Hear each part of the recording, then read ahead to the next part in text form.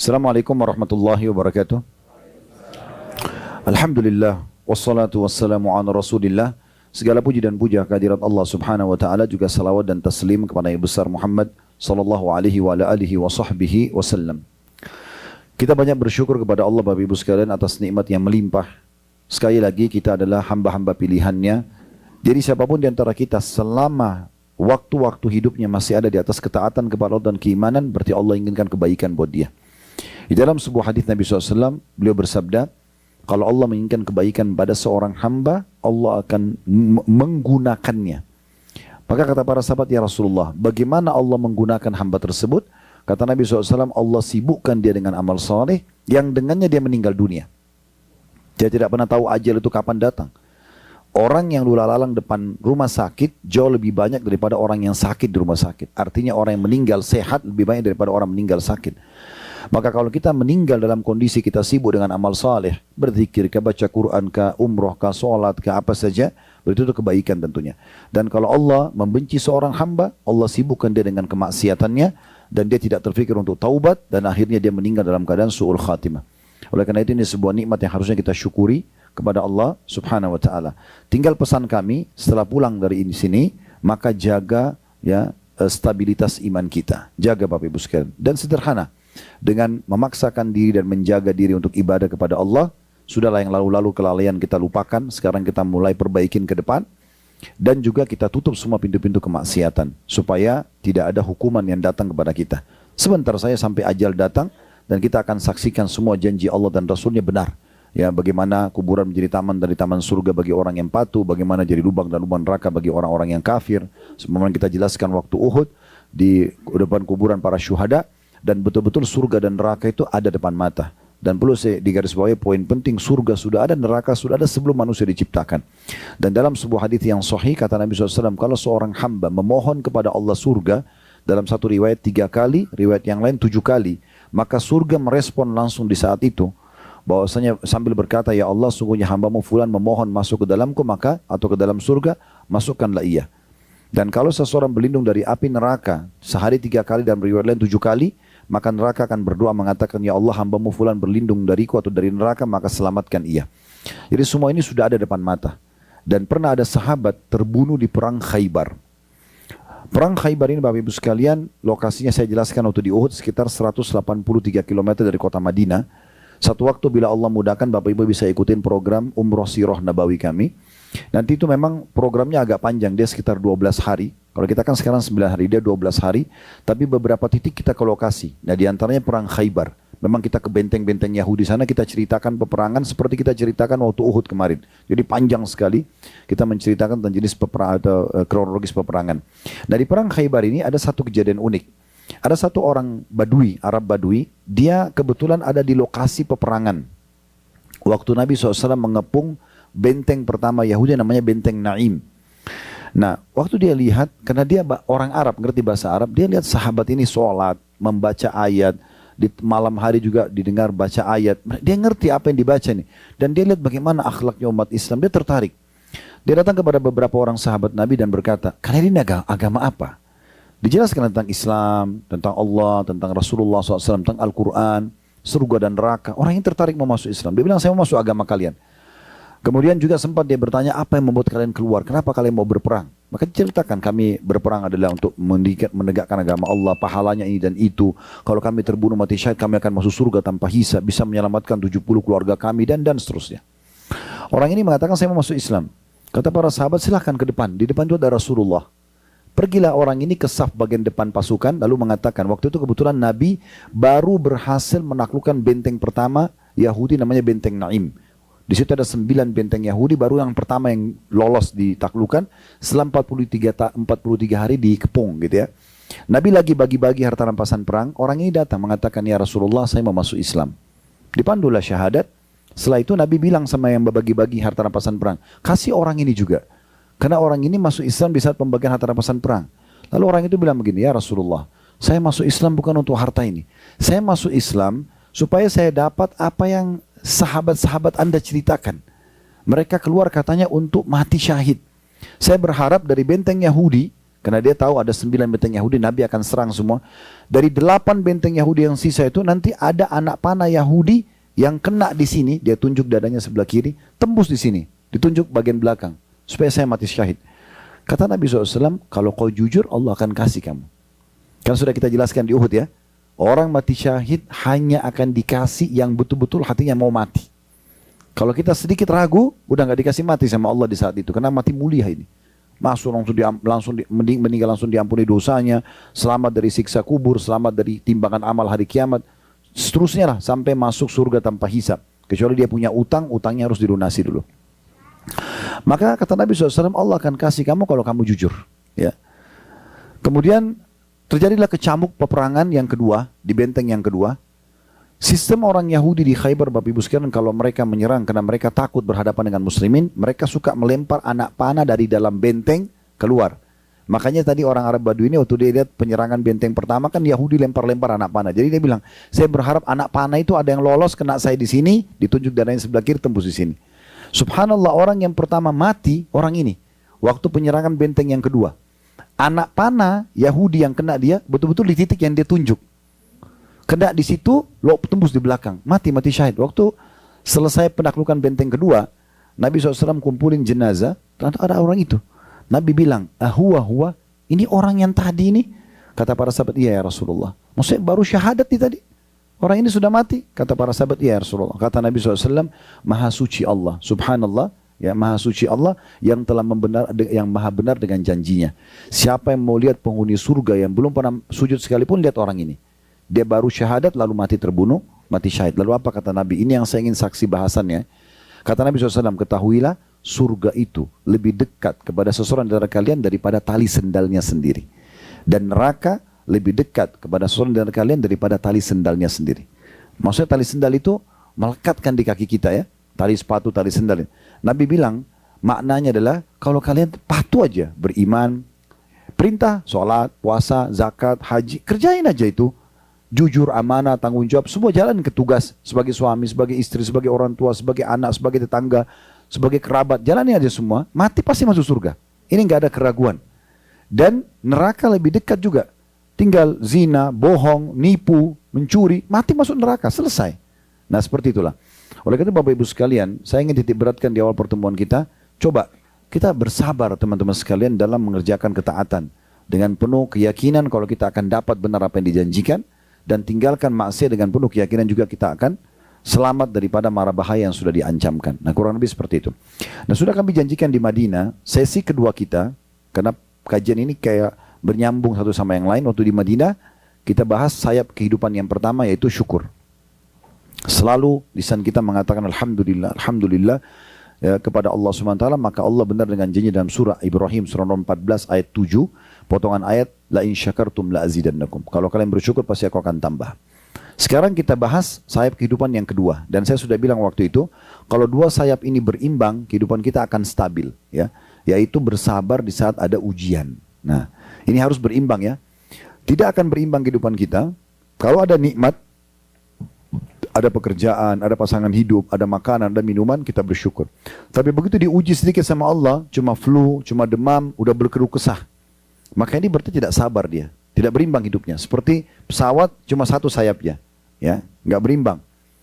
Orang ini ujian kecil aja sudah mengeluh, apalagi kalau ujian besar datang kepadanya. Nah, atau sebaliknya, orang dikasih kemiskinan, susah, dia sabar.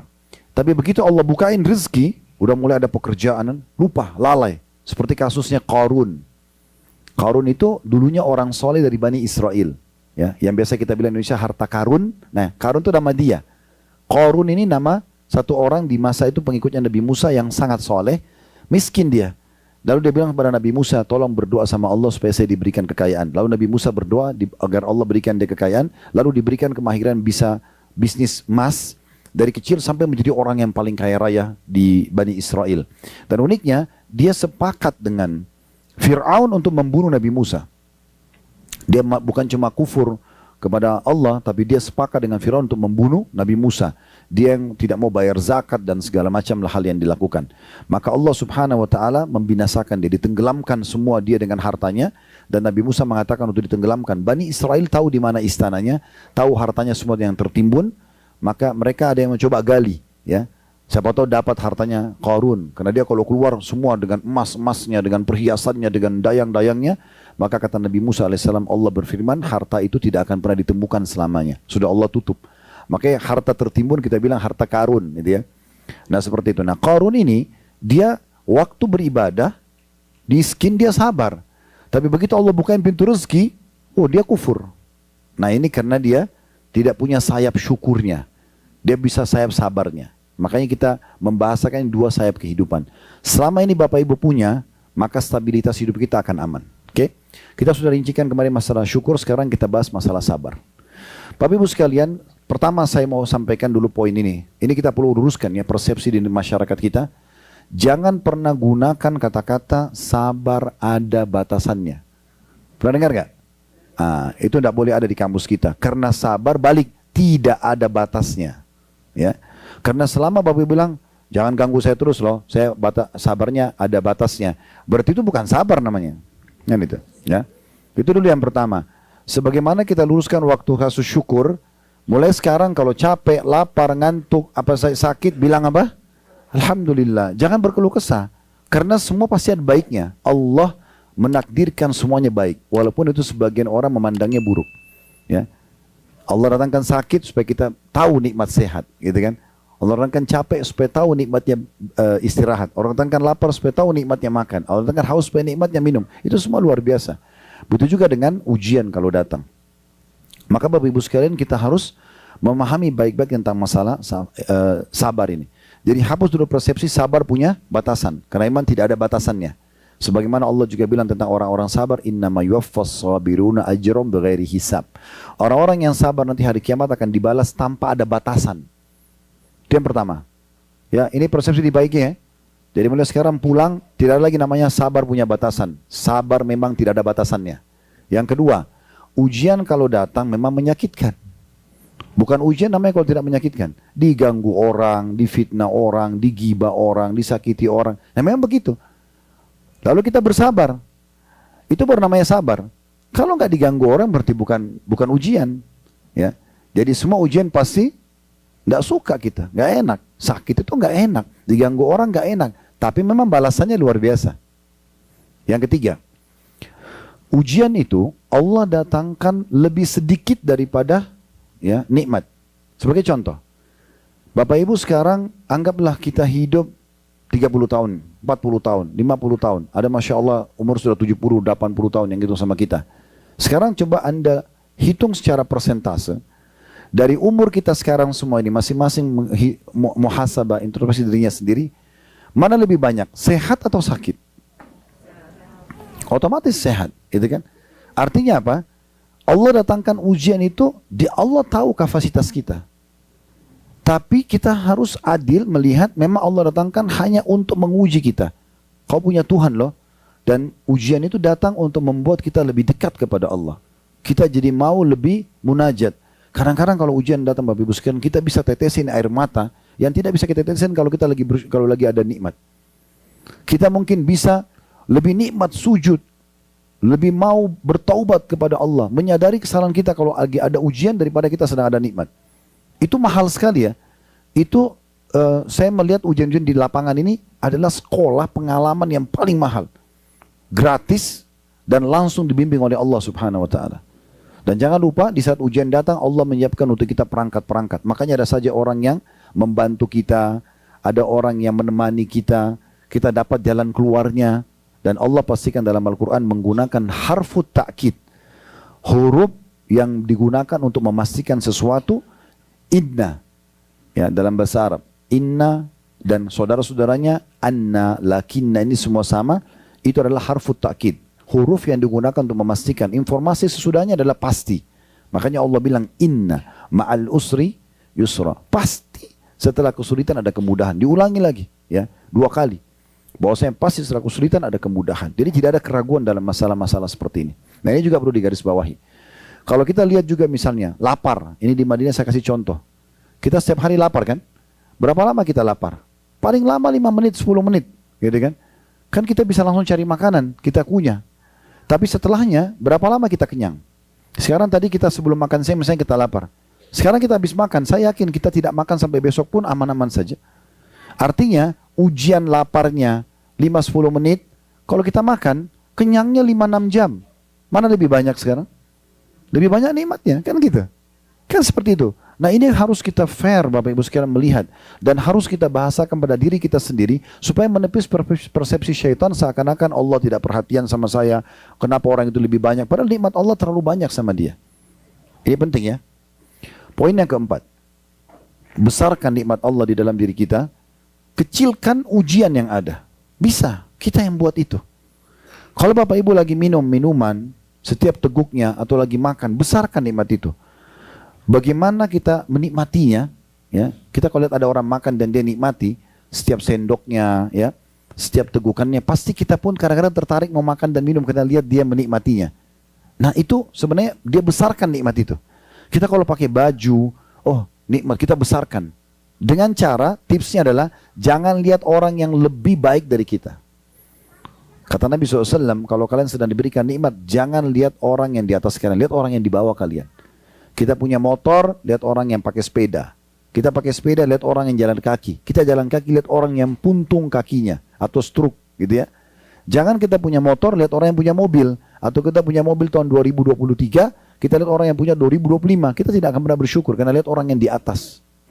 Jadi kaidah sederhananya begitu tipsnya. Supaya kita mau bersyukur, kita lihat orang-orang yang di bawah kita. Kalau kita mau sabar, lihat orang yang di atas kita. Kalau kita flu, lihat orang ada flu dan demam. Kita flu demam, ada orang flu demam rematik. Loh ya, kita flu demam rematik, ada orang stroke. Kita stroke, ada orang meninggal. Lihat orang yang lebih berat dari kita ujiannya. Sehingga ujian kita jadi kecil. Gitu kan? Jangan lihat orang yang sehat. Karena nanti kita tidak bersyukur. Kita tuh tidak bersabar dalam masalah ini. Nah ini poin-poin penting teman-teman sekalian. Jadi kita besarkan nikmat Allah dan kita kecilkan ujiannya. Bisa kalau kita mau. Kalau kita teman-teman sekalian, ya diberikan ujian oleh Allah SWT dan kita mengambil satu prinsip dasar. Kalau ujian itu pasti akan datang dan Allah akan berikan kita jalan keluar, maka kita bisa seperti perkataan Umar. Umar radhiyallahu anhu statement yang selalu saya jadikan sebagai prinsip hidup ya. Beliau mengatakan begini, orang yang datang ujian padanya itu ada dua. Yang pertama beruntung, yang kedua rugi. Siapa yang beruntung ini? Begitu ujian datang, dia bisa menerima sebagai keputusan Allah. Karena kita bangkang pun tetap terjadi. Contoh kita bangun tidur flu. Kalau orang golongan pertama yang beruntung ini, oh Allah lagi uji saya. Lalu dia sangka baik sama Allah. Oh saya kan sudah 1 tahun 365 hari nggak sakit. Sekarang pernah kan kita rasakan setahun tidak sakit? Tahun depan flu seminggu. Harusnya kalau mau bicara adil, setahun sehat setahun sakit dong. Tapi sekarang Allah kasih kita setahun sehat, tahun depannya cuma flu seminggu, demam seminggu, nggak berimbang sebenarnya. Harusnya kita bisa terima. Kita sangka baik sama Allah. Allah lagi uji saya supaya saya lebih dekat kepadanya.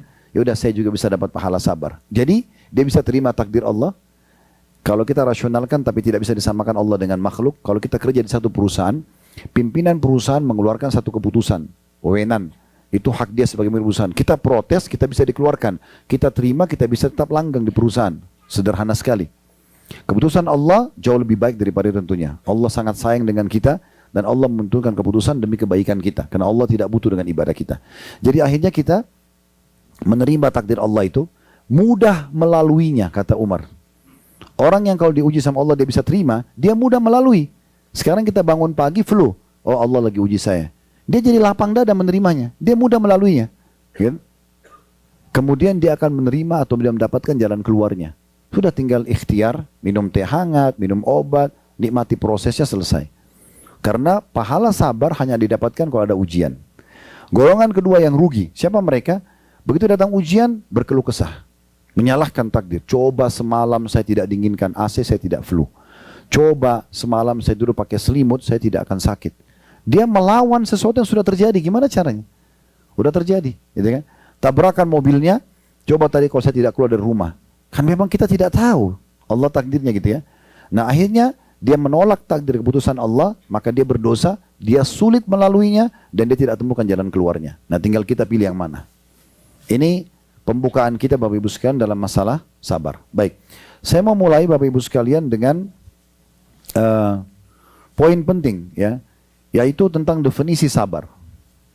Di negara kita juga biasa kita dengar ya, kalau ada orang lagi diuji, sabar ya Bapak Ibu sekalian, lalu seakan-akan disuruh elus dada duduk manis ya. Ini keliru, sehingga akhirnya orang yang kena ujian itu tidak ada ikhtiarnya. Padahal definisi sabar begini, menerima takdir Allah dan ikhtiar mencari jalan keluar. Ini satu definisi. Kita bangun tadi sakit, terima dulu Allah takdir ujian saya. Oh, Allah lagi uji saya. Sangka baik dengan Allah, ini pasti Allah inginkan pembersihan dosa saya kah, peninggian derajat kah, gitu kan?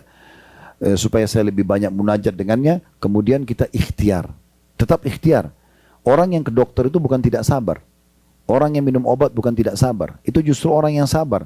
Karena dia ikhtiar mencari jalan keluarnya. Sambil dia nikmati prosesnya. Ini definisi yang perlu digarisbawahi. Ya. Maka setiap muslim bisa melalui semua itu bila dia melalui poin seperti ini. Definisi ini. Ya. Dan kita harus tahu teman-teman, tidak ada manusia yang tidak diuji. Nggak ada. Pasti diuji semuanya. Makanya Allah berfirman dalam surah Al-Baqarah, surah nomor 2, 155, yang bunyinya, وَلَنَبْلُوَنَّكُمْ بِشَيْءٍ مِنَ الْخَوْفِ وَالْجُوعِ وَنَقْصٍ مِنَ الْأَمْوَالِ وَالْأَنْفُسِ وَالثَّمَرَاتِ وَبَشِّرِ الصَّابِرِينَ. Sungguh kami benar-benar akan memberikan cobaan atau ujian kepada kalian masing-masing individu, yang kafir ataupun beriman, dengan sedikit ketakutan, kekhawatiran. Apapun yang kita rasa dari kekhawatiran itu berarti dalam bentuk ujian. Khawatir sakit, khawatir celaka, khawatir dijahatin orang. Itu ujian dari Allah SWT. Kemudian kelaparan. Tiap hari kita bisa rasa lapar kalau kita nggak makan. Kalau dari pagi nggak makan, malamnya atau siangnya kita bisa lapar. Itu ada sedikit ujian juga. Kemudian kekurangan harta. Tidak ada orang bisnis 100% semuanya untung. Pasti ada ruginya. Ada omset turun. Ya, teman-teman bisnis mungkin sama dengan kami merasakan. Kita sudah buat dengan begitu rapi manajemennya. Kita sudah atur laba rugi neraca, keuangan perusahaan kita tetap sama. Ya. Pasti ada saja naik turunnya. Ya. Walaupun kita mungkin turun kemudian kita bisa naikkan kembali, tapi intinya ada ujiannya, gitu kan? Maka semua itu ada, Bapak Ibu sekalian. Di sini kita perlu fahami bahwasanya pasti akan ada ujian tersebut. Allah mengatakan kami pasti akan menguji kalian ya dengan rasa sedikit ketakutan, kelaparan dan kekurangan harta. Juga kehilangan jiwa. Tidak ada orang yang kekal. Mungkin kita cinta sama orang tua kita, tapi ada saatnya mereka meninggal. Saudara kita, pasangan hidup, anak-anak, pasti akan ada. Maka itu diuji. Dan juga hasil panen buah-buahan. Lalu Allah mengatakan, dan beritakanlah berita gembira kepada orang-orang yang sabar. Nah di sini berarti ujian itu memang tidak enak. Tapi ada pahala yang dijanjikan oleh Allah subhanahu wa ta'ala. Juga ujian ini disebutkan oleh Allah SWT pasti datang agar kita sadar kita punya Tuhan Allah Subhanahu Wa Taala, dan dengan tujuan juga agar kita ya mendapatkan pahala ekstra, ada tambahan pahalanya dengan sabar itu. Allah sebutkan di dalam surah Al-Baqarah surah nomor 2 ayat 214, Am hasibtum an tadkhulul jannata wa lamma ya'tikum mathalul ladzina khalu min qablikum massathumul ba'sa'u wad dharra'u wa zulzilu hatta yaqula ar-rasulu wal ladzina amanu ma'ahu mata nasrullah ala inna nasrallahi qarib. Apakah kamu mengira, kata Allah, ini ayat sudah turun dari 1400 tahun lebih yang lalu dan akan berlaku sampai hari kiamat bagi orang-orang beriman. Apakah kamu mengira bahwasanya kamu akan masuk surga padahal belum datang kepadamu cobaan sebagaimana orang-orang terdahulu sebelum kamu? Mereka ditimpa malapetaka dan juga kesengsaraan serta digoncangkan berbagai macam ya goncangan. Sehingga berkatalah Rasul dan orang-orang beriman bersamanya, kapankah datangnya pertolongan Allah?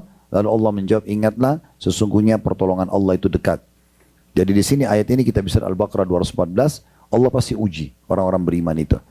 Ya, semua manusia akan diuji, tapi orang beriman juga ada ujiannya. Tujuannya agar mereka lebih dekat dengan Allah Subhanahu Wa Taala. Mereka tahu ada Tuhannya.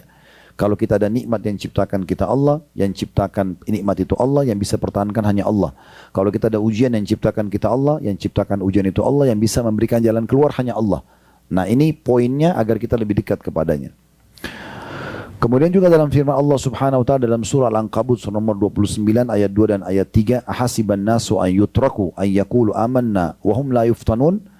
Apakah manusia itu mengira bahwasanya mereka akan dibiarkan begitu saja mengatakan kami sudah beriman sedangkan mereka tidak diuji lagi? Ya, nanti akan ada ujian, menguji, tes, benar nggak ini? Tulus nggak dengan keimanannya? Kalau orang tulus dengan keimanannya, sebagaimana nikmat tadi dia bisa bersyukur, ada ujian dia bisa bersabar. Kalau dia cuma mau nikmat aja tidak mau ujian, berarti nggak benar imannya, gitu kan? Ada cinta dan loyalitas itu, baik sama pasangan, baik sama teman, sahabat, baik sama negara, teman-teman dilihat dari suka dukanya, gitu kan? Di saat suka, oke, bisa nerima, di saat duka pun bisa menerima. Dalam arti kata, kalau sedang terjadi naik, maka kita sama-sama menikmatinya. Kalau lagi turun, maka kita sama-sama juga menopang untuk bisa melalui dengan kesabaran. Nah, seperti itulah.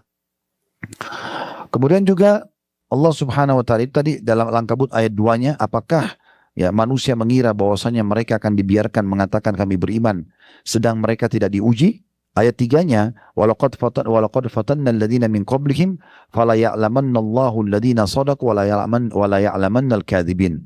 Dan dengan ujian tersebut sesungguhnya kami telah menguji orang-orang yang sebelum mereka sesungguhnya maka sesungguhnya Allah mengetahui dari ujian tersebut orang-orang yang jujur dengan imannya, dan juga Allah mengetahui orang-orang yang dusta dengan imannya.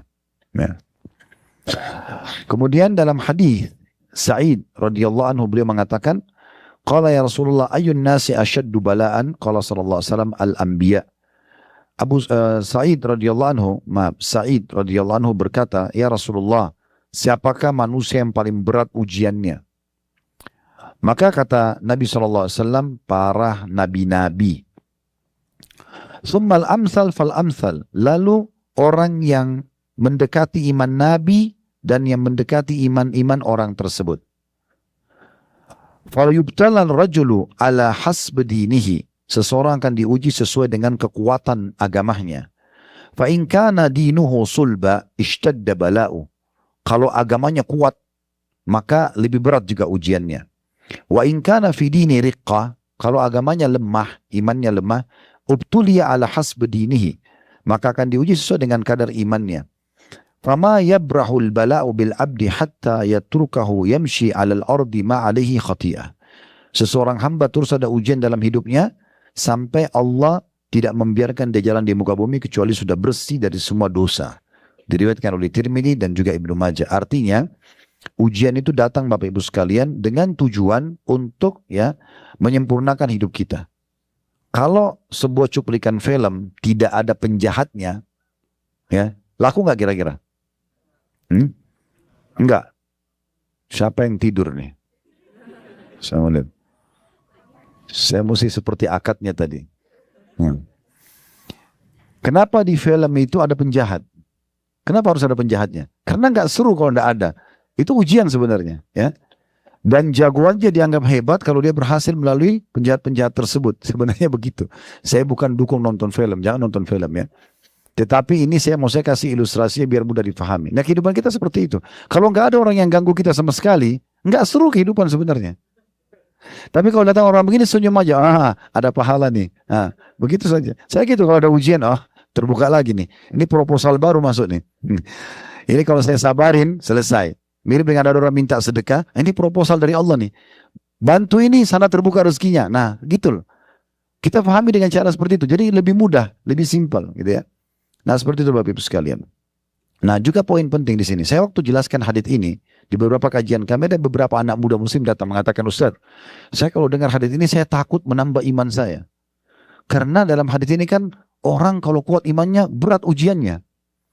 Jadi dia menangkapnya seperti itu. Padahal hadits ini ada sebab penyebutannya. Nah, kalau ayat Al-Quran Bapak Ibu sekalian ada namanya sababun nuzul. Pernah dengar? Sebab turun ayat? Tidak semua ayat Al-Quran punya sebab turun. Tapi kalau ada sebab turunnya Bapak Ibu usahakan baca. Bapak Ibu usahakan baca karena Bapak Ibu jadi paham, oh ayat ini turun karena ini. Misalnya, ini kami jelaskan waktu di kajian Sirah Nabawi, pentingnya kita belajar tentang sirah, kita tahu sebab turunnya ayat. Dalam hadis adanya sababul wurud, sebab disebutkannya hadis. Tidak semua hadis ada sababul wurudnya. Tapi hadis ini ada sebabnya. Apa itu? Waktu Nabi SAW sedang sakit demam dan panasnya luar biasa tubuh beliau sampai sahabat yang masuk ke rumah beliau itu waktu menyentuh tubuh Nabi dari atas selimut itu panasnya tembus. Jadi saking panasnya sampai sahabat ini mengatakan, ya Rasulullah, Anda ditimpa demam yang tidak normal. Itu berat sekali, panas sekali. Apa kata Nabi SAW? Iya, aku diujikan 2 kali lipat dari kalian. Jadi maksudnya apa? Kalau kalian demamnya, misalnya kalau kita 40 derajat aja sudah bisa dirawat, mungkin Nabi bisa 80. Jadi ujiannya berat. Padahal ini Nabi gitu kan. Terus nanti kita akan jelaskan apa hikmahnya ya. Jadi Nabi berat ujiannya. Tapi perhatikan, Nabi sedang bahas sakit yang semua orang lalui. Ya. Sakit, demam, semua orang demam. Tidak ada yang tidak pernah demam. Cuma orang beriman dilebihkan oleh Allah. Mungkin lebih demam. Kalau yang biasa-biasa saja imannya 3 hari sembuh. Yang punya kuat iman mungkin 1 minggu. Untuk apa? Dapat ekstra pahala. Sampai dalam sebuah hadis disebutkan, kalau orang-orang yang sedikit ujiannya di dunia, melihat orang yang banyak ujian di dunia itu bagaimana dibalas di akhirat, mereka berharap dikembalikan ke dunia untuk digunting-gunting kulit mereka. Supaya mereka juga merasakan apa yang didapatkan oleh orang yang banyak ujiannya. Ya. Dalam hadis yang lain, sesungguhnya ada hamba-hamba Allah menikmati ujiannya sebagaimana kalian menikmati nikmat itu. Bahkan sampai kata Nabi SAW, seseorang di antara mereka sangat puas dengan menambal baju-baju mereka yang robek dan mereka anggap itu sebuah kenikmatan. Padahal itu ujian. Karena mereka sudah berpikiran positif. Ini ujian bukan beban buat saya, tapi kebaikan buat saya. Ada sebagian hamba Bapak Ibu sekalian, sengaja Allah letakkan ujian pada dia supaya membukakan bagi dia pintu-pintu kebaikan. Dalam sebuah hadits begini, kata Nabi SAW, Allah berfirman kepada malaikat pembagi rezeki. Luaskan rezekinya si fulan, hambaku ini, karena kalau kau luaskan dia makin bersyukur. Batasi rezekinya hambaku yang ini, karena kalau kau lapangkan dia kufur. Ada orang Bapak Ibu sekalian, sampai tua mau meninggal dalam kondisi miskin. Mungkin dia sudah sering berdoa sama Allah, Allah belum kasih. Setiap dia doa, Allah kasih balasan pahala nanti di akhirat, berlipat-lipat. Di dunia tidak dikasih sama dia. Tidak dikasih kepada dia. Karena kalau dibuka, dia bisa kufur. Subhanallah, hadits ini bertahun-tahun saya renungi. Gimana cara memahaminya ya? Sampai satu waktu saya jalan dengan sahabat dekat saya, sudah meninggal rahimahullah. Beliau di salah satu kota di Indonesia. Saya juga gak usah sebutkan kota, saya juga gak sebutin namanya. Tapi saya pernah ada tablik akbar di kota beliau. Saya sewa mobil, karena saya turun di satu kota yang lain lebih besar. Ada bandara, di sana tablik akbar juga. Saya ke kota itu naik mobil, kurang lebih 1 jam. Waktu mau kembali ke kota yang ada tablik akbar awal dan di sana dengan tiket pesawat saya, dia bilang, saya mau ikut ke kota itu. Saya bilang, baik silakan. Selama ini saya tahu anaknya Masya Allah, tidak pernah ketinggalan saat pertama sholat, ya orangnya baik banget. Tapi memang satu pertanyaan saya, dari kami masih bujang, dulu berteman sampai sudah punya anak, itu kok orang ini belum dibukain rezeki ya? Saya diantara teman-teman semua Masya Allah dibukain pintu. Orang ini dia masih bekerja, istrinya juga masih bekerja, kadang-kadang jual-jual makanan, laku ada yang tidak laku gitu ya. Apa rahasianya? Kenapa Allah belum bukain pintu rezeki yang luas orang ini? Sementara saya di depan mata teman-teman saya semua dibukain pintu rezeki. Waktu jalan dari kotanya beliau ke kota yang satu tadi, di tengah jalan subhanallah Allah perlihatkan kepada saya jawabannya. Kami naik mobil waktu itu, saya sewa mobil, seingat saya Avanza waktu itu. Kita sewa, mobil ini lagi jalan, saya duduk di depan, saya duduk di belakang, saya duduk di depan sama supir. Nah, ada satu mobil ugal-ugalan Bapak Ibu sekalian, jalan dengan cepatnya, lewat di sebelah kami, saking kencangnya sampai mobil ini goyang gitu. Dia jalan mobil itu, saya lihat, oh ya sudahlah, ini saya anggap itu ujian, untuk apa orang ugal-ugalan kita mau ikutin? Karena orang kadang-kadang kalau tidak diikuti dengan keimanan, mungkin dianggap dia ditantang, dia balap mobil, dia kejar. Itu untuk apa jadi ugal-ugalan begitu, nggak penting. Tapi subhanallah teman saya ini ucapin kata-kata begini. Dicaci maki orang itu, saya tidak usah ucapin, tapi dia ucapin kata caci maki.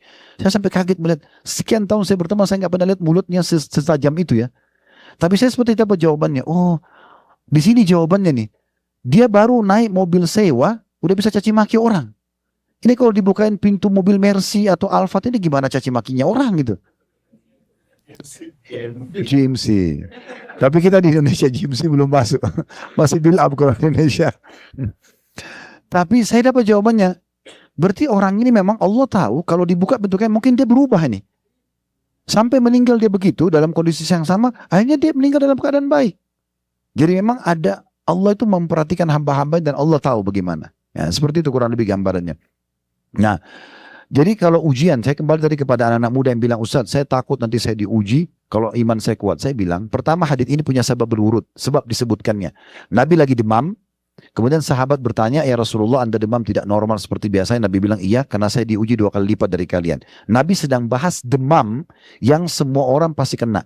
Cuma bedanya orang beriman dilebihkan sedikit ujiannya dari yang biasa. Bukan berarti kalau kuat iman kita lalu didatangkan ujian yang tidak kena orang-orang umumnya. Enggak. Ya, bukan begitu maksudnya ya. Berarti ujiannya adalah di jenis yang sama, cuma bagi orang beriman dilebihkan aja waktunya. Nah, seperti itu ya. Karena Nabi bicara tentang masalah demam. Makanya Nabi bilang, sesungguhnya orang akan diuji yang paling berat nabi-nabi, ya, supaya dia lebih dekat lagi pada Allah.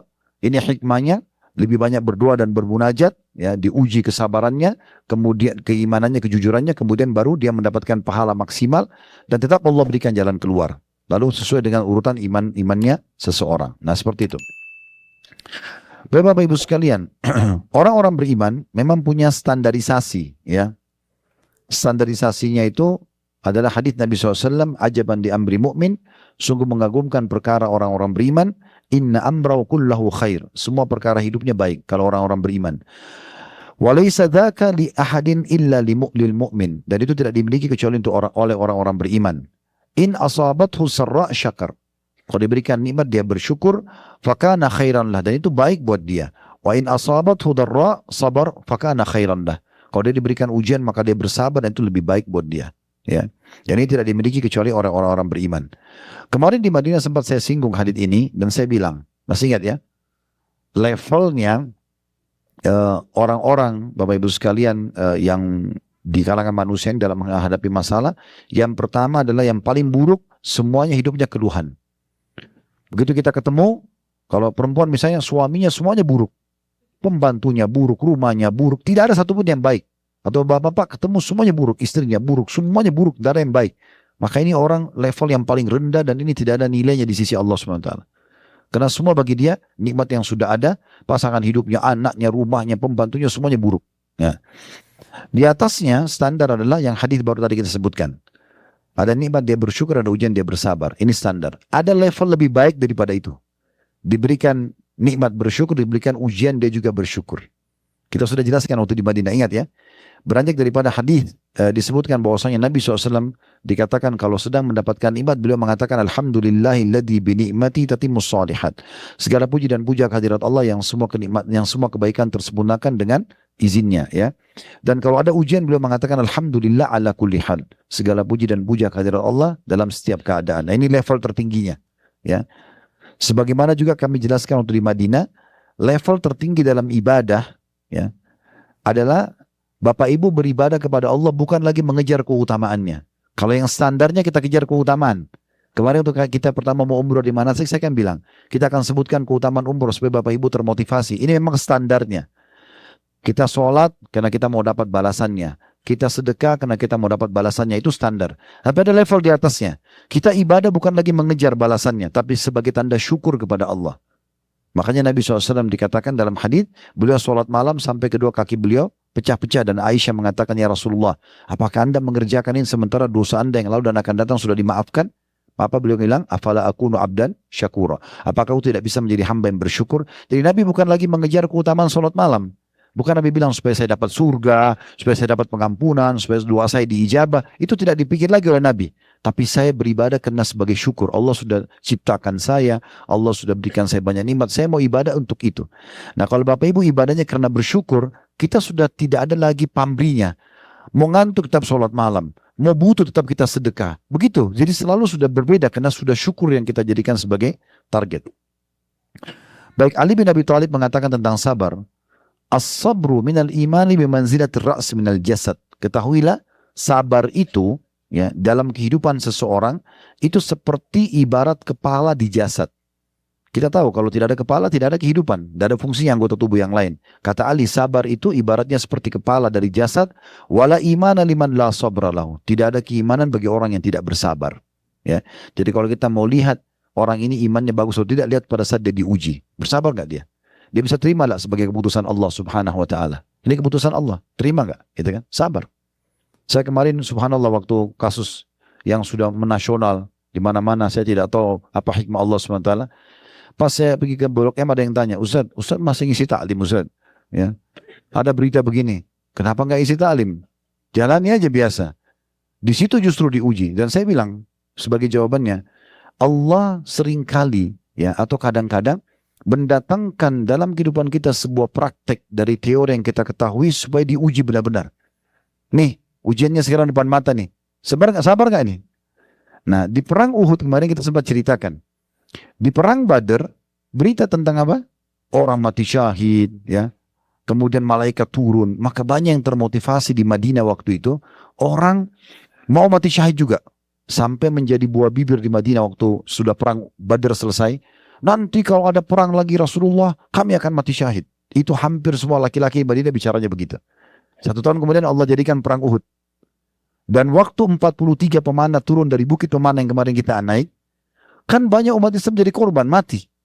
Waktu itu Allah uji mereka. Dan Allah katakan dalam Al-Quran, وَلَقَدْ كُنْتُمْ تَمَنَّوْنَ الْمَوْتَ مِنْ قَبْلِ فَقَدْ رَأَيْتُمُهُ. Kalian dulu, kata Allah, waktu selesai Badar, berharap mati syahid.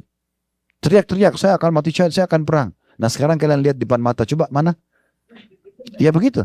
Itu ayat Al-Quran. Katanya mau mati syahid, ini sekarang ada kesempatannya, kenapa gak mati? Nah, jadi Allah datangkan ujiannya di lapangan, coba praktikin, benar gak iman kamu? Nah di situ ujiannya Bapak Ibu sekalian. Kalau kita berhasil lolos, ya sudah kita menjadi yang terbaik. Makanya Ali membahasakan sabar itu dalam jasad manusia, ibarat seperti kepala di jasad. Jadi kalau tidak ada kepala, tidak ada kehidupan. Tidak ada sabar, berarti tidak ada kehidupan. Dan tidak ada keimanan bagi orang yang tidak bersabar. Sekarang bagaimana caranya kita ya mendapatkan solusi atau bagaimana kita menghadapi ujian pada saat dia sedang datang. Tipsnya seperti apa?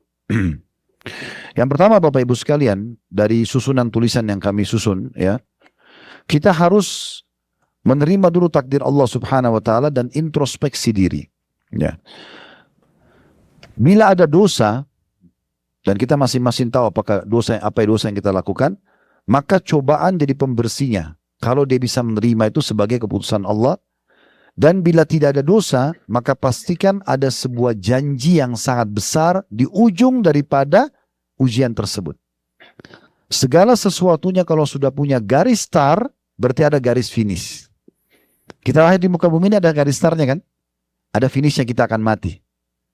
Kita start makan, ada finishnya kita berhenti. Kita start tidur, ada finishnya kita bangun. Pasti.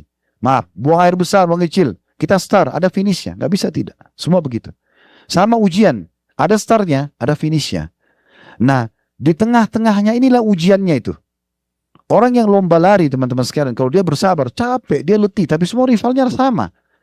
Tetap dia komitmen, dia jalan, dia bisa juara. Tapi kalau dia putus asa tengah jalan, ya sudah dia tidak dapat. Nah seperti itu cara memahaminya. Ya. Maka yang pertama adalah bagaimana kita menerima takdir Allah. Kemudian kita introspeksi diri. Ya Allah, kalau ini kena dosa hambamu, jadikan pembersihan dosa-dosaku. Ya Allah, kalau memang ini bukan karena dosa, berikan hadiah terbaik dari balasan ujianmu ini. Nah gitu ya.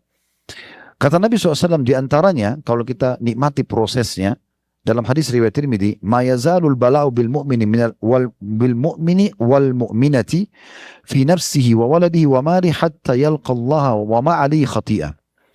Terus saja seorang mukmin laki-laki dan mukminah perempuan diuji oleh Allah SWT dalam dirinya, anaknya, hartanya, sampai dia bertemu dengan Allah dan tidak ada lagi dosanya. Sadar atau nggak sadar, ujian itu walaupun kecil, tetap akan menjadi pembersihan dosa. Dalam riwayat Imam Muslim, tidak ada yang menimpa seorang Muslim, kata Nabi SAW, dari capek. Siapa yang tidak capek? Kalau Nabi SAW, pasti ada capeknya. Dari capek atau letih, penyakit, gangguan orang, ya. Sampai duri yang menusuk kakinya, tubuhnya, kecuali akan jadi pembersihan dosa-dosanya. Semua akan pembersihan dosa. Makanya para ulama salaf itu justru menyambut ujian tersebut sebagaimana mereka menyambut nikmat.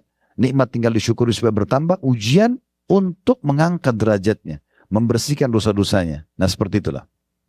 Contoh misalnya kita di perusahaan, kita punya salah nih. Perusahaan kasih syarat.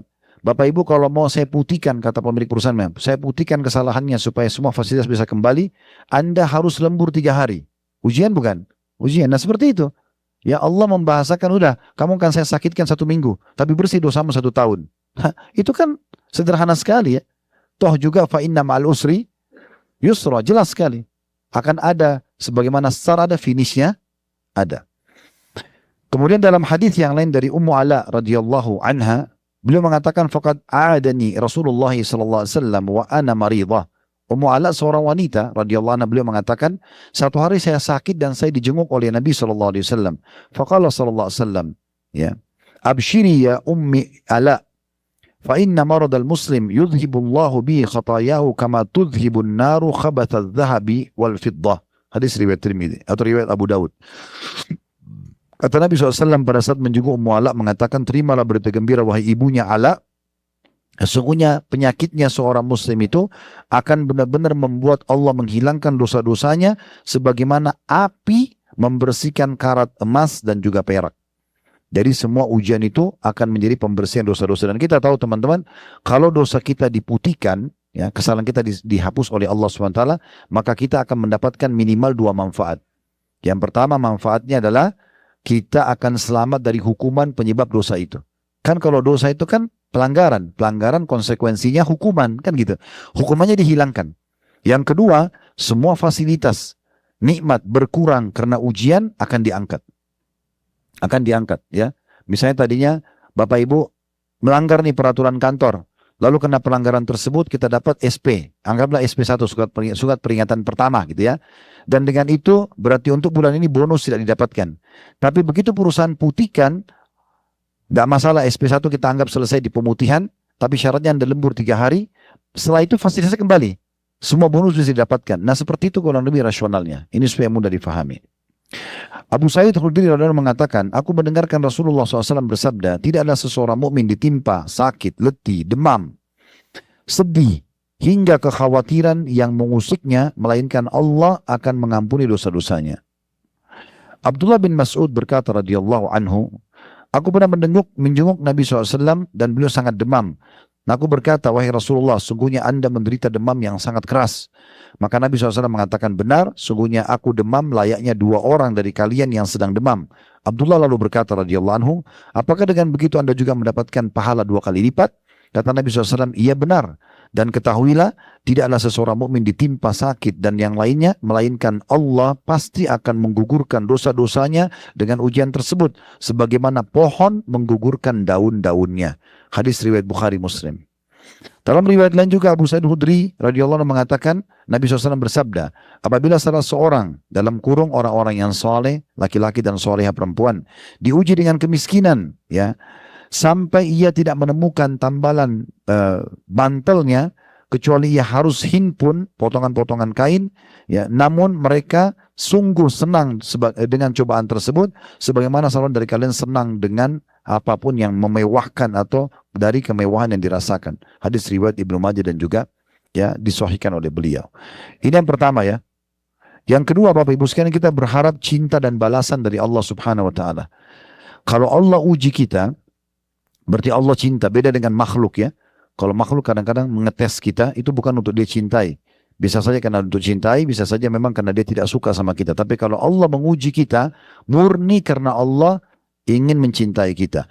Sebagaimana disebutkan di dalam ayat Al-Quran surah Al-Imran surah nomor 3 ayat 177, Wallahu yuhibbus sabirin. Allah sangat cinta dengan orang-orang yang sabar. Jadi kalau kita sabar atas ujian, berarti itu betul Allah cinta kepada kita.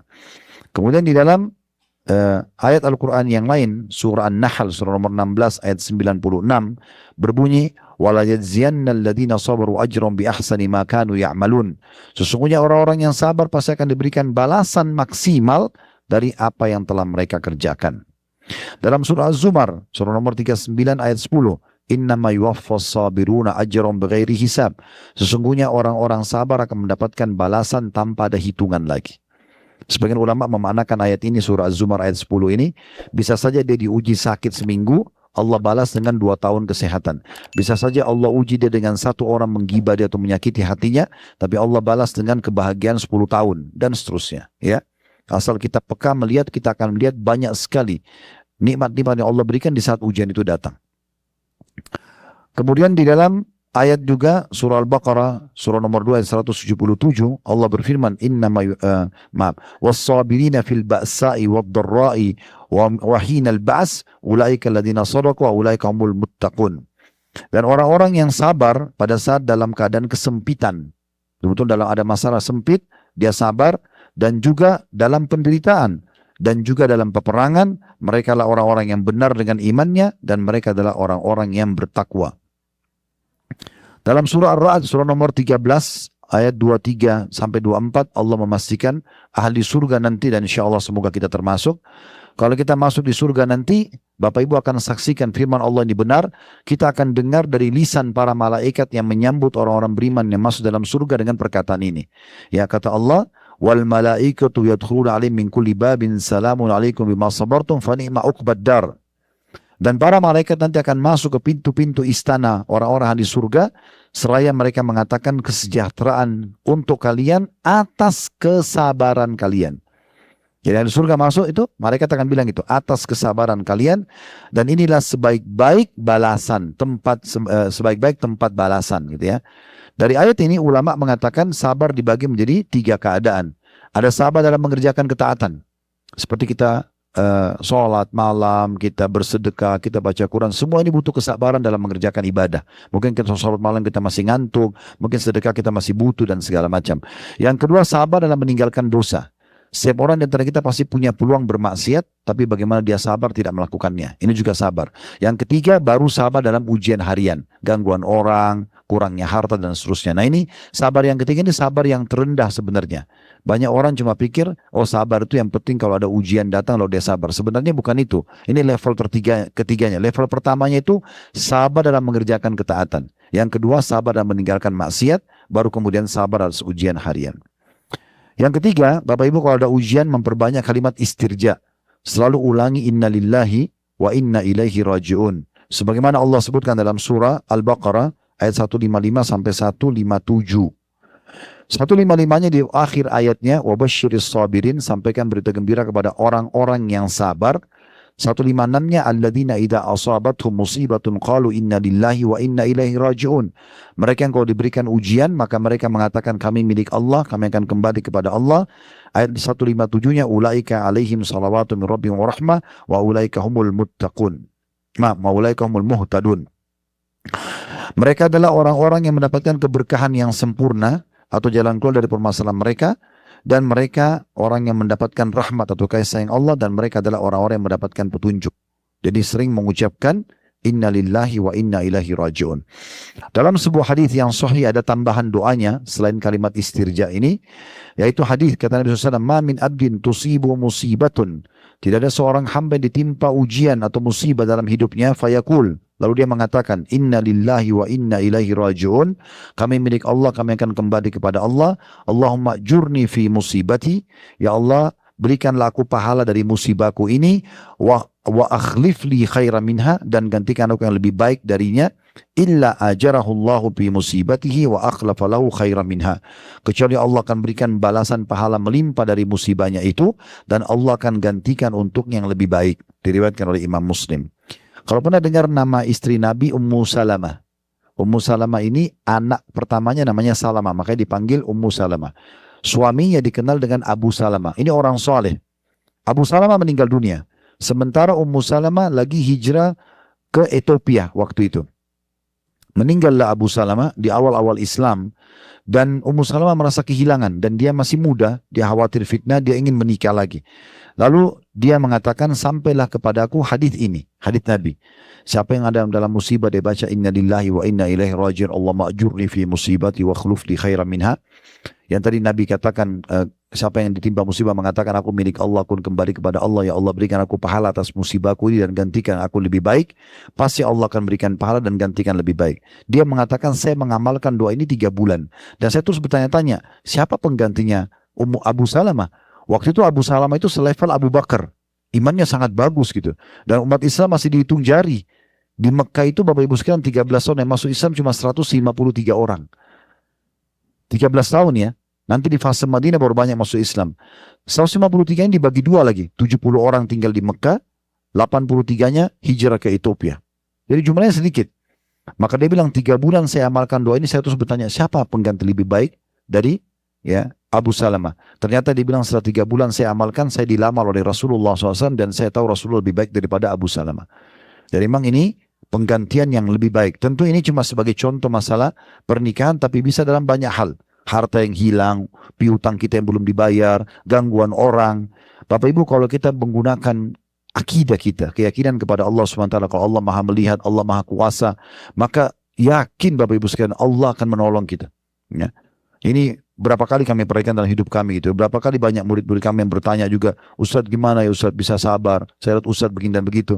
Saya cuma jawab, Allah itu maha kuasa. Allah itu maha melihat. Allah maha mendengar. Jadi nggak usah khawatir. Yang penting kita kalau kondisi benar, Allah akan tolong. Nggak usah khawatir. Ya. Nah, ini memang diuji, ujian kita, keimanan kita. Tinggal kita yakin atau tidak yakin. Kemudian teman-teman sekalian juga dalam masalah istirja ini, para salafus saleh itu sangat peka ya. Mereka mengatakan inna lillahi wa inna ilaihi raji'un itu bukan hanya masalah kematian. Karena kita di Indonesia ini seringkali kita mengucapkan istirja kalau ada orang mati kan. Ya. Padahal sebenarnya bukan begitu ya. Dalam apapun, sekecil apapun, selama itu ujian istirja. Sebagian salaf kalau jalan kakinya kesentuh batu, inna lillahi wa inna ilaihi raji'un. Dibaca istirja sama dia. Karena tidak mungkin batu itu menyakiti kakinya kecuali dengan izin Allah. Kalau mereka melihat di rumah, dia melihat perubahan sikap pasangannya dalam hadits begitu ya, dalam sebuah riwayat dikatakan begitu, dia mengatakan, seorang salaf mengatakan, saya tahu saya punya dosa kalau saya lihat perubahan sikap pasangan saya atau perubahan tunggangan saya. Kalau kita sekarang motor, mobil zaman dulu, kuda, unta, itu kayak tidak nyaman dinaikin gitu ya, atau misalnya mogok atau yang lainnya, dan juga tikus yang ada di rumah saya, maka saya tahu saya punya dosa. Jadi mereka sampai introspeksi seperti itu ya. Jadi ini perlu kita jadikan sebagai pegangan. Terus teman-teman sekalian, yang keempat adalah melihat orang yang lebih berat ujiannya. Ya. Tadi sudah saya kasih contoh, kalau seseorang flu, dia lihat orang flu dan demam. Jangan orang yang sakit gitu ya. Jadi kaidahnya kita supaya gabungkan kedua materi kita Madinah sama Mekah ini, Bapak Ibu sekalian. Kalau sedang ada nikmat, lihat orang yang dibawa. Ya, saya sudah kasih contoh tadi. Punya mobil tahun 2023, lihat orang yang naik motor. Atau lihat mobilnya 2020.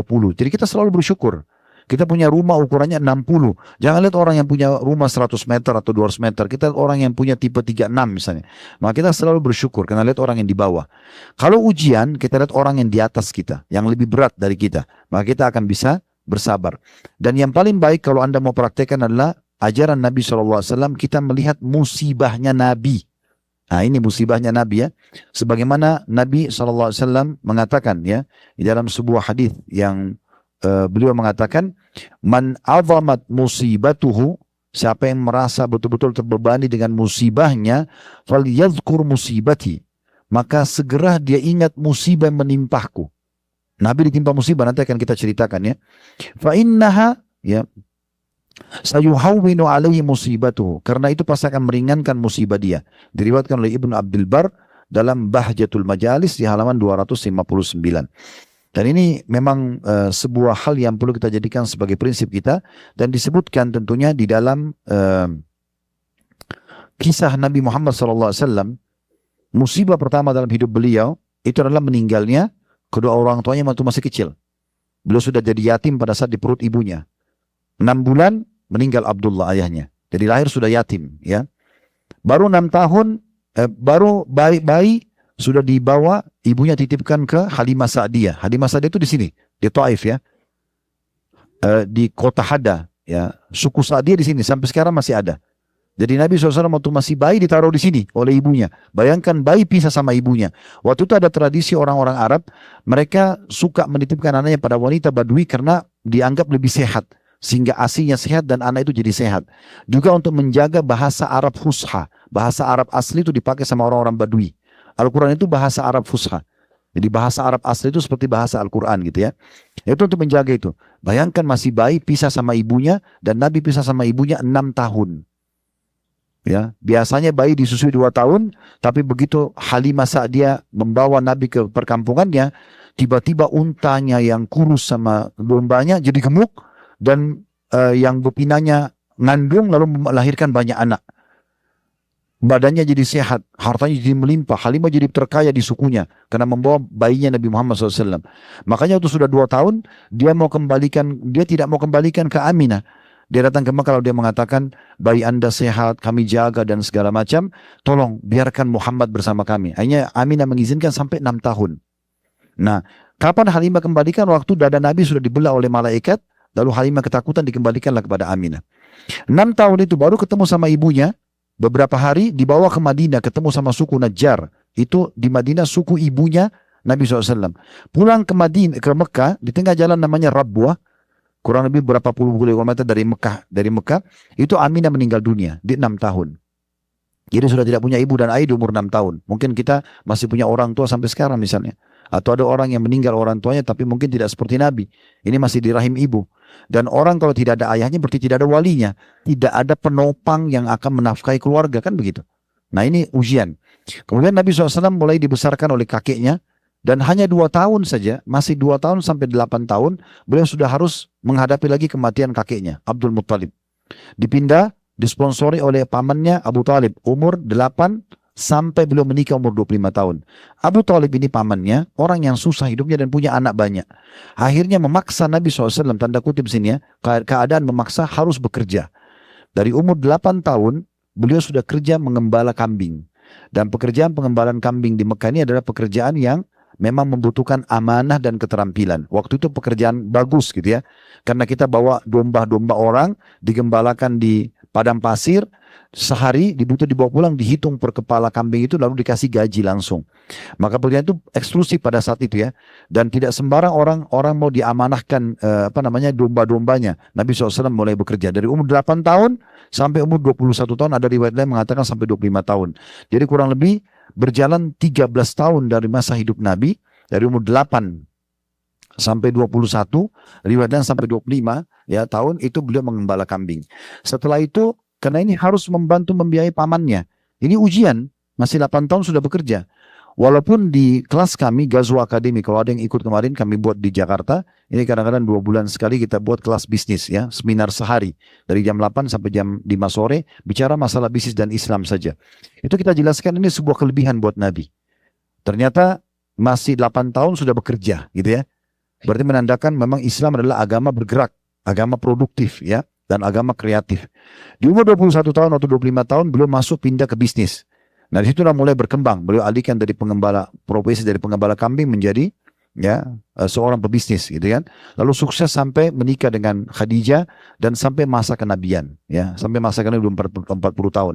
Nah itu di masa kenabian, berdakwah kurang lebih 13 tahun di Mekah, dari umur 40 sampai 53, ini selama 10 tahun semuanya penolakan. Dan orang yang menolak pertama itu paman kandungnya namanya Abu Lahab.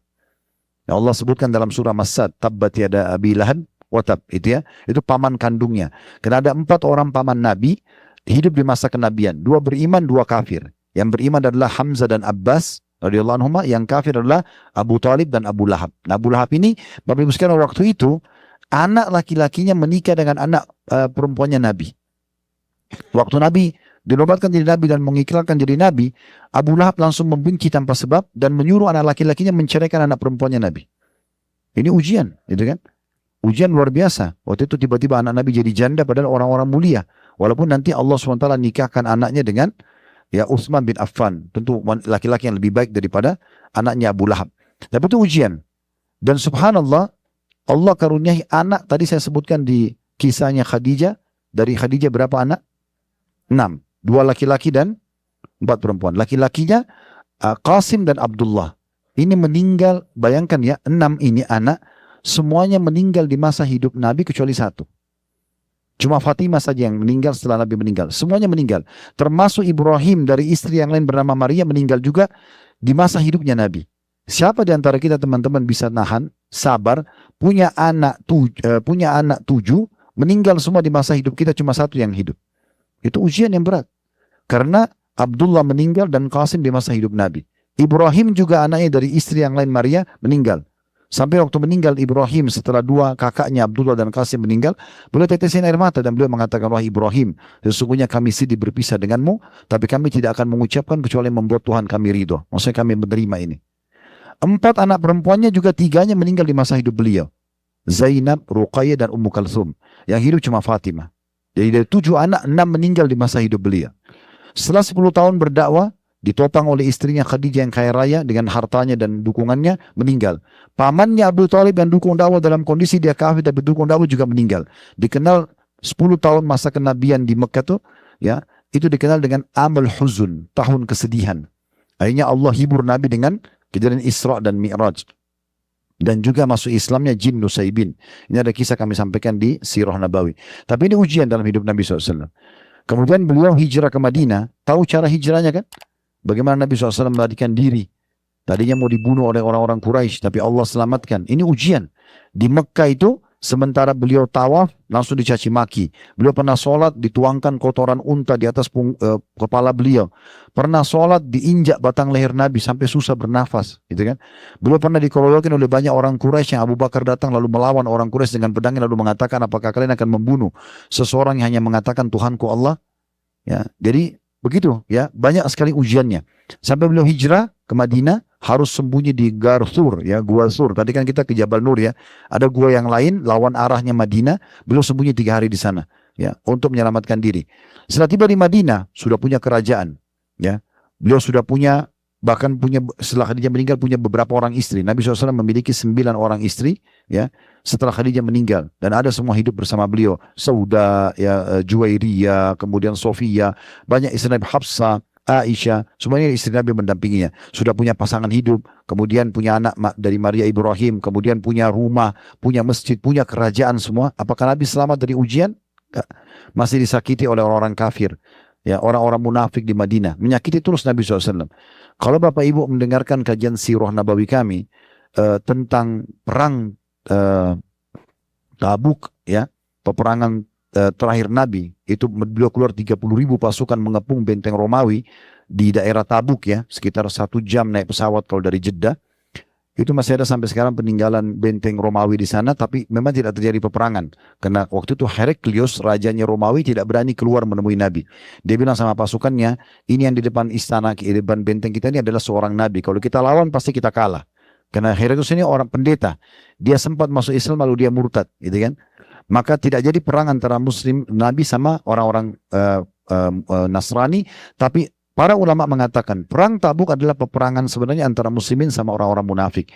Di tengah jalan sementara pulang ke Madinah, orang munafik buat masalah terus di perang Tabuk itu. Ya, ada sumber mata air, Nabi bilang jangan ada yang sentuh ya, tunggu saya datang. Sumber air itu kalau Nabi sentuh, Nabi doakan akan bermanfaat bagi seluruh muka bumi ini.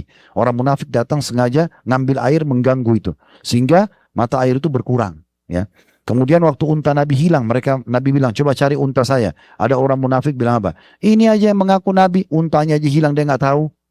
Padahal Nabi itu tuh raja, ya kan? Maka Nabi bilang kenapa ya ada orang di antara kalian untaku hilang, lalu aku mengatakan carilah, dia mengatakan ini kayak mengaku sebagai Nabi. Ya, sementara unta saja hilang dia tidak tahu. Maka Nabi mengatakan ketahuilah aku adalah manusia biasa dan sekarang Allah sampaikan wahyu kepadaku kalau untaku ada di lembah ini dan itu, terikat tali kekangannya di pohon, satu pohon, ambillah, dan ditemukan di sana. Di Madinah banyak sekali mereka sakitin Nabi SAW, banyak sekali. Tentang Nabi ajak perang Khandak, ya, perang Ahzab. Terus mereka mengatakan, Nabi bilang kita akan menang, kita akan kuasai Romawi, kita akan kuasai. Orang munafik bilang apa? Ini Muhammad sudah gila. Mana bisa kita menguasai Romawi sementara kita sendiri, ya, masih di sini kondisinya. Maksudnya kita ketakutan di sini kalau dikatakan kita akan menguasai Romawi. Jadi mereka suka menyakiti Nabi SAW. Jadi banyak sekali. Nah, ini semua ujian-ujian dalam hidup Nabi alaihi salatu wassalam, ya. Jadi kalau kita mengingat musibah Nabi SAW, kita akan lihat musibah kita jadi kecil. Ya, ada ulama yang mengatakan karena memang kita bisa ambil pelajaran Nabi aja diuji, apalagi kita. Bisa juga memang secara letterlet. Kalau kita mulai mengenang kisah kayak tadi, hanya mengenangnya saja, maka sudah cukup membuat musibah kita jadi kecil. Kemudian teman-teman sekalian, yang kelima, ya, ini ada 6 tips dari kami, ya. Yang kelima adalah yakin akan ada solusi. Saya sudah bilang tadi kalau ada garis start, ada finishnya, ya. Tinggal bagaimana kita menikmati prosesnya. Kita menikmati prosesnya, ya. Dan ini teman-teman sekalian, kita tidak perlu mengikuti sesuatu dengan keraguan, karena pondasi agama kita adalah keyakinan.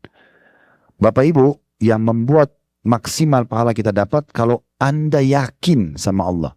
Misal contoh, saya umroh, keutamanya Ustaz sudah sebut bisa menghilangkan kefakiran, bisa membersihkan dosa-dosa dan segala macam, dapat pahala ini dan itu. Kalau tawaf dapat pahala pembersihan dosa, sholat di belakang makam Ibrahim seperti bebasin seorang budak dari anak Ismail, sa'i bisa dapat 70 pembebasan anak Ismail, ya. Semua itu yakin akan didapatkan. Sebagaimana kita yakin orang-orang kafir, orang munafik akan dihukum. Maka ini pondasi kita. Saya sampai buat Bapak Ibu sekalian tablik akbar khusus waktu itu di kota Makassar, judulnya Saudaraku, inilah kondasi agamamu. Saya bahas masalah keyakinan teman-teman sekalian. Saya sarankan nanti Bapak Ibu masih di sini ya. Nanti sebentar pulang bisa klik logo kami Khalid Basalamah Official yang 3 juta sekian itu. Karena banyak orang menyerupai logo kami, cuma followernya tidak sebanyak itu. Jadi supaya nggak salah ya. Klik kemudian cari di playlist, cari judul Saudaraku, inilah pondasi agamamu. Itu saya bicara 2 jam lebih masalah keyakinan. Bapak Ibu akan bisa lebih banyak belajar dari situ insya Allah bagaimana memang kita harus yakin dengan janji Allah Subhanahu Wa Taala, dan ini akan menenangkan hati kita.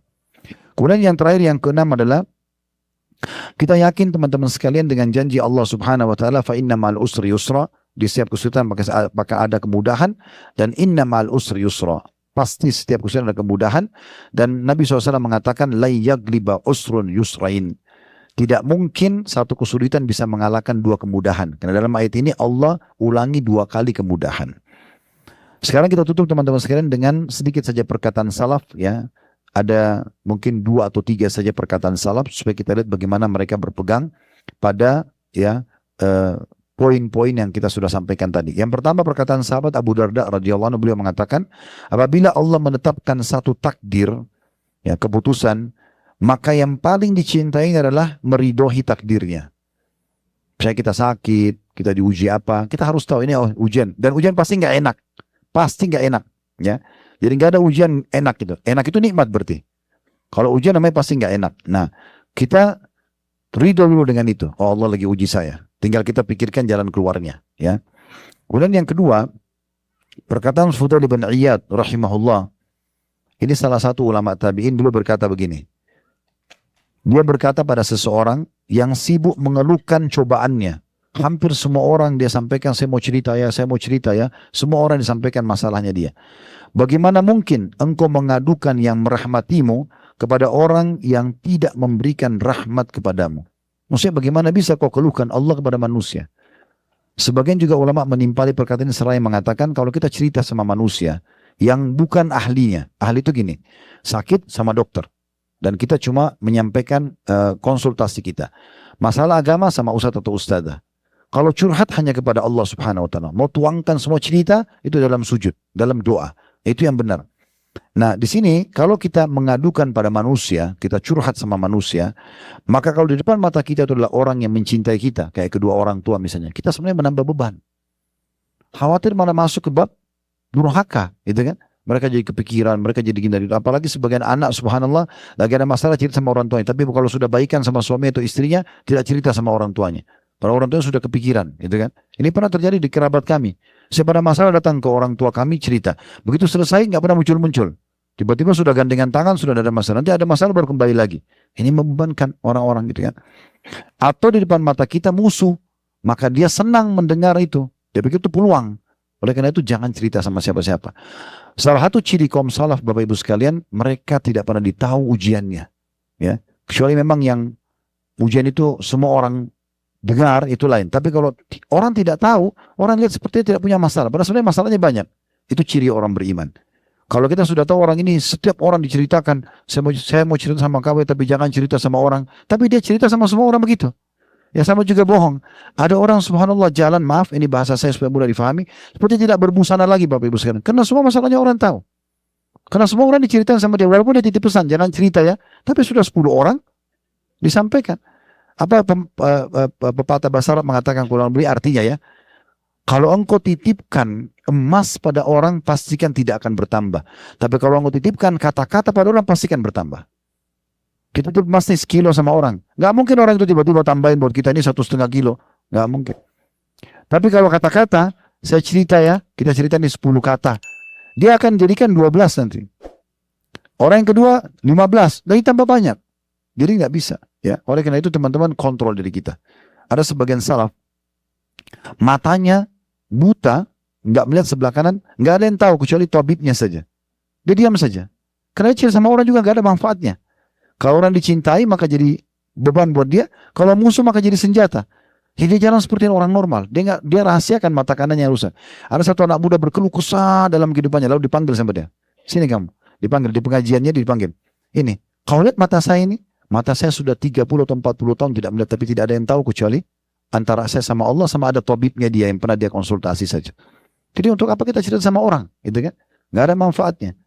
Karena memang hanya Allah SWT yang bisa memberikan jalan keluar. Sebagian mereka berkata, barang siapa yang mengadukan musibah yang menimpanya, maka sama saja dia sedang mengeluhkan penciptanya atau Robnya. Ini menandakan dia mengeluh kepada manusia ya, tidak akan memberikan jalan keluar. Seakan-akan mengatakan, coba lihat nih, Allah jahat sama saya, Allah uji saya. Seperti itu kalau dia mengeluh sama manusia. Oleh karena itu curhatnya hanya kepada Allah SWT. Kalau konsultasi nggak ada masalah. Saya cuma berbagi saja. Konsultasi itu gini ya. Misal kita lagi sakit, kita bilang sama dokter, dok, kepala saya sakit sudah 2 hari. Apa obatnya? Itu konsul. Tapi kalau dok, saya cerita dulu ya dok, saya sudah 1 bulan ini tidak pernah sakit sih, gitu kan? Ya. Kemudian saya minggu lalu juga masih jalan-jalan sama keluarga saya. Nah, baru 2 hari lalu. Ini curhat namanya. Orang datang ke Ustadz biasa gitu ya. Kalau datang kepada kami, Ustadz, kalau konsultasi gini, Ustadz, suami saya ucapin kalimat talak dalam keadaan emosi, jatuh nggak? Itu konsultasi. Kalau Ustadz, saya cerita dulu Ustadz ya. Saya sudah 10 tahun nikah nggak apa-apa sih. Gitu. Terus mulailah masuk kenangan-kenangan, suka dukanya, baru masuk ke masalah kalimat tolak. Ya, ini masalah ini. Ya, jadi curhat hanya kepada Allah saja. Mau paling aman begitu hadapi musibah, coba wudhu. Ini tips sederhana ya sebagai penutup. Coba wudhu, sholat taubat 2 rakaat, jangan angkat kepala dari sujud kecuali sudah tuangkan semua. Coba tuangkan. Ya Allah begini, ya Allah begitu, ya Allah begini. Kuatkan hamba, memudahkan. Ya Allah kalau ini dosa, jadikan pembersihan dosa. Kalau ini murni ujian, berikan hambamu jalan keluarnya, pertolongan, tinggikan derajatku. Kita begitu. Selalu keluhkan. Maka itu adalah solusi yang terbaik. Ya, karena memang Allah SWT yang hanya bisa memberikan kita jalan keluar. Allahu a'lam. Kalau ada benar dari Allah, silakan diambil dan diamalkan. Kalau salah dari saya, mohon dimaafkan dan saya istighfar kepada Allah Subhanahu wa taala. Subhanakallahumma bihamdika, asyhadu an la ilaha illa anta astaghfiruka wa atubu ilaik. Wassalamualaikum.